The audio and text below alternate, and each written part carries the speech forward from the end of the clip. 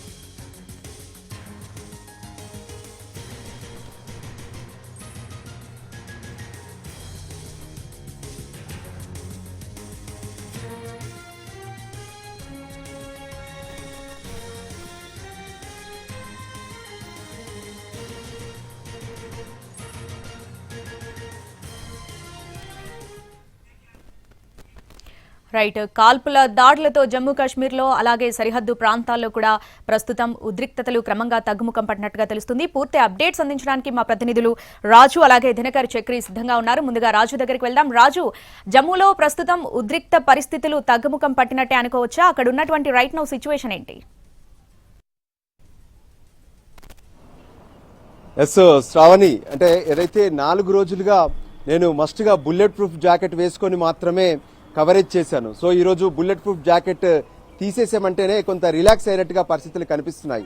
ఎందుకంటే నిన్న ఏదైతే కాల్పుల ఒప్పందానికి సంబంధించి అంటే విరమిస్తామని చెప్పి ఒప్పందం జరిగింది. సో దాంట్లో భాగంగా కొంత ప్రశాంత వాతావరణం కనిపిస్తుంది.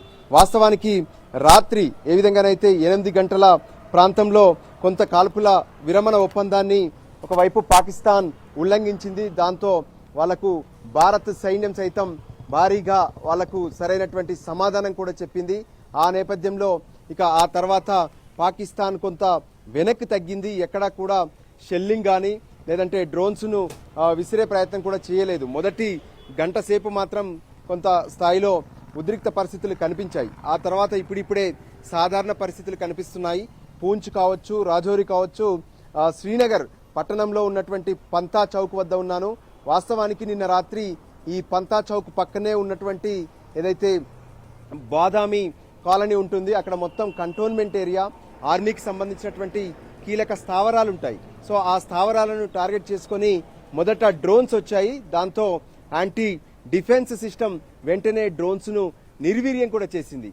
సో ఆ తర్వాత నుంచి పరిస్థితులన్నీ కూడా నార్మల్గా కనిపిస్తున్నాయి. మనం చూడొచ్చు, డాల్ గేట్ వెళ్ళాల్సినటువంటి చౌక్ నుంచి ఇక్కడికి వెళ్తారు. ఆ తర్వాత ఇతర ఏదైతే ప్రాంతాలకు వెళ్ళేటటువంటి మెయిన్ చౌరస్తాగా కూడా దీన్ని చూస్తూ ఉంటారు. జనమంతా వస్తున్నారు. పెట్రోల్ బంకుల్లో పనిచేస్తున్నాయి. షాపులు మెల్లిమెల్లిగా ఓపెన్ చేస్తున్నారు. గత 4 రోజులుగా పరిస్థితి అత్యంత దారుణంగా ఉండింది. రోడ్లపైకి జనాలు రావాలంటే భయపడ్డారు. అంతేకాదు బార్డర్లో మాత్రం పరిస్థితి మరింత ఉద్రిక్తంగా కనిపించింది. అక్కడైతే జనం బయటికి ఎలాగైనా సరే బ్రతికితే చాలు అంటూ ఏదైతే సురక్షిత ప్రాంతాలకు కూడా వెళ్ళిపోయారు. అయితే నిన్న ఎప్పుడైతే ఈ కాల్పుల విరమణకు సంబంధించినటువంటి నిర్ణయం జరిగిందో అమెరికా చొరవతో, ఆ తర్వాత పాకిస్తాన్ కొంత కవ్వింపు చర్యలకు పాల్పడింది, అంటే ఉల్లంఘించింది.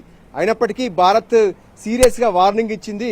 ఏదైతే కాల్పుల విరమణకు సంబంధించినటువంటి నిర్ణయం తీసుకున్నాక కూడా పాక్ ఈ విధంగా మళ్ళీ షెల్లింగ్ స్టార్ట్ చేస్తే ఖచ్చితంగా వాళ్లకు సరైనటువంటి బుద్ధి చెప్తామంటూ ఏదైతే వివిధ దేశాల అధినేతలకు కూడా ఈ సమాచారాన్ని అందించారు.